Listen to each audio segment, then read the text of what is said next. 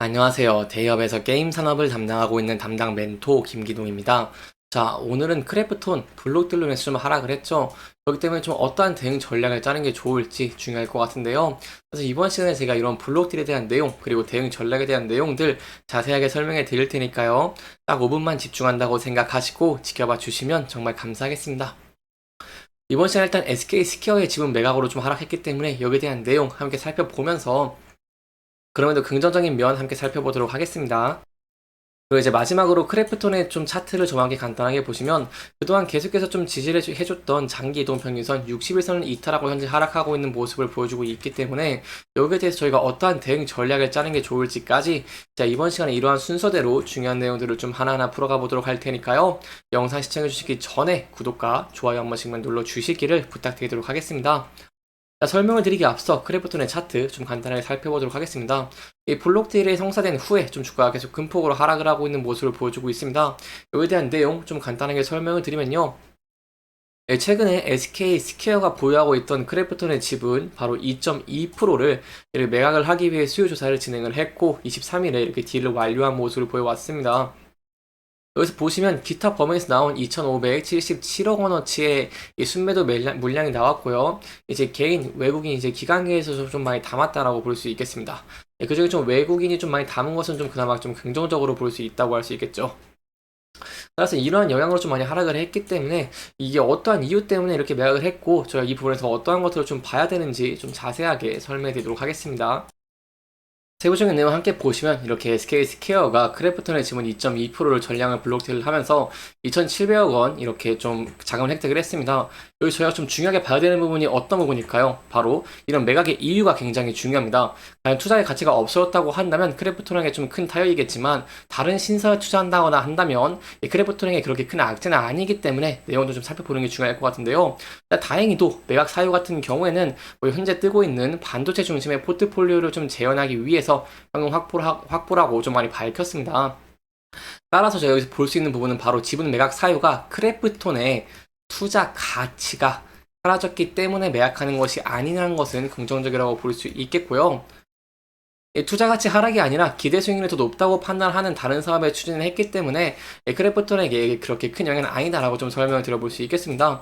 그리고 이번에 이제 2,700억 원 정도 여기 아까 보시면 2,700억 원 정도 이제 매도를 했는데 이게 약간 저희가 한번 생각해 본다고 한다면 크래프톤 같은 경우에 시가총액이 굉장히 큽니다. 약 11조인 이제 시가총액 11조인 기업인데 2,700억 원 수준의 매도는 타격은 이렇게 클 수는 있습니다. 원래 블록딜 나오고 다음날 이제 며칠 동안 좀 주가가 하락하는 모습들을 좀 보여주긴 하는데 그럼에도 불구하고 이 추세를 바꿀 정도의 악재는 아니라고 좀 생각을 하긴 합니다.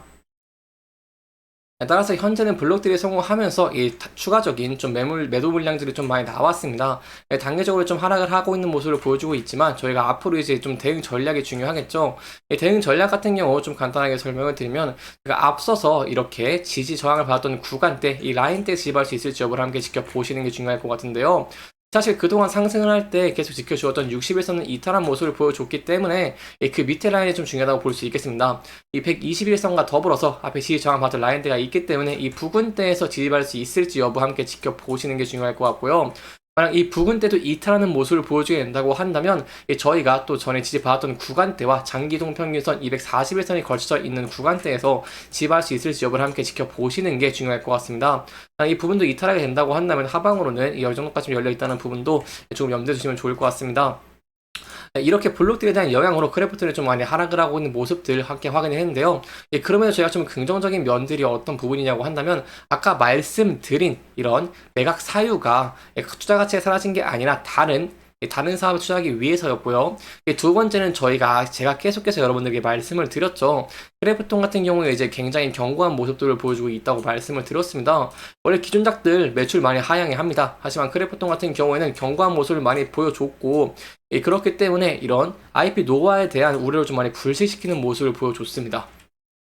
따라서 저희가 이런 퍼 기준으로 본다고 하더라도 밸류에이션이 좀 많이 낮은 상태이기 때문에 그 부근대에서 좀 지지받을 수 있을지 제가 아까 말씀드린 장기 이평선과 이 지지 라인에서 받을 수 있는 지지를 좀 받을 수도 있을 가능성이 있다는 점 조금 염두에 두시면 좋을 것 같습니다.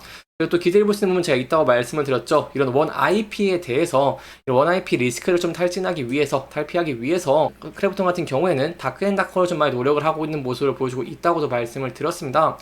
특히 스팀에서 진행을 했을 당시에 동접자 10만 명을 넘기는 등 글로벌 흥행 가능성을 입증한 IP이기 때문에 여기에 대한 기대감도 좀 공존한다라고 말씀을 드릴 수 있겠습니다.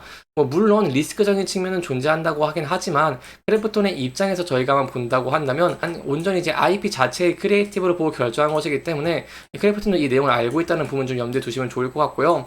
이런 IP를 좀 빠르게 선점해서 차기 흥행작 개발도 좀 기대해 볼 수 있겠다라고 말씀을 들어볼 수 있겠습니다. 그리고 이 다크앤다커 이 장르가 좀 굉장히 중요하죠. 현재 이 익스트리션 RPG 좀 장르가 뜨고 있는 상황에서 크래프톤의 다크앤다커 점점 더 좀 주목을 받고 있으면서 다른 게임사의 익스트리션 RPG 장르 던전 스토커즈도 좀 큰 관심을 받았던 만큼 저희가 이제 다크앤다커도 좀 기대해 볼 수 있겠다라고 말씀을 드릴 수 있겠습니다. 또 추가적으로 말씀을 드리고 싶은 게 있습니다. 이제 AI 쪽인데요. 이제 AI 굉장히 활발하게 연구 진행하고 있습니다. AI에 대한 시장이 커지면서 크래프톤 굉장히 노력을 많이 하고 있는 모습을 보여주고 있는데요. 이러한 와중 기대해 볼 수 있는 게 있죠. 바로 이 크래프톤의 신작입니다. 작년 11월에 이제 지스타를 통해서 깜짝 공개해서 화제를 모은 시뮬레이션이라고 할 수 있겠죠. 인조이 같은 경우에는 유저들의 만족도를 높이기 위해서 자신의 아바타를 직접 제작한다던가 아니면 계획, 소통, 건물 짓기 등이 가능하고요. 그리고 특히 주목해 볼 수 있는 부분들이 이 최근에 이제 AI 기술로 좀 각광을 받고 있는 크래프톤에게 있어서 이 각종 딥러닝 AI 기술이 좀 탑재가 됐다는 것입니다. 과거부터 크래프톤은 AI 딥러닝 기술에 많이 투자를 했고 현재 일반 업무에도 사용을 하고 있습니다. 따라서 이런 AI에 좀 접목을 하면서 인조이도 흥행할 가능성이 좀 높다는 부분 염두에 두시면 좋을 것 같습니다.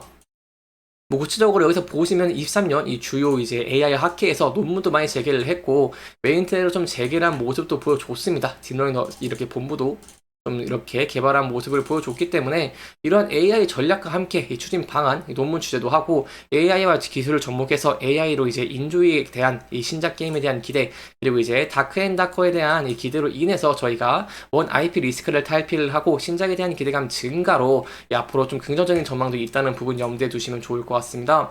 그래서 아까도 제가 말씀드린 것처럼 이렇게 차트에 대해 좀 대응 전략들을 좀 짜는 게 중요할 것 같은데요.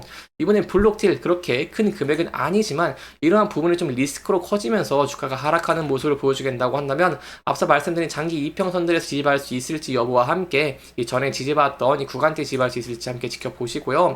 아까 말씀드린 신작에 대한 기대감 제가 있다고 말씀을 드렸습니다. 보통은 이제 기존작 같은 경우에는 굉장히 이제 매출이 부진한 모습을 많이 보여주지만 크래프톤 같은 경우에는 견조한 모습들을 보여줬기 때문에 현재 퍼 수준으로 봤을 때 좀 매력적일 수도 있다라고 말씀을 드렸기 때문에 이러한 부분들이 만약 신작에 대한 부분들이 좀 부각이 되면서 주가 상승하는 모습을 보여주게 된다고 한다면 제가 앞서서 계속해서 지지를 받았던 60일선을 돌파할 수 있을지 여부 함께 지켜보시는 게 중요할 것 같고요.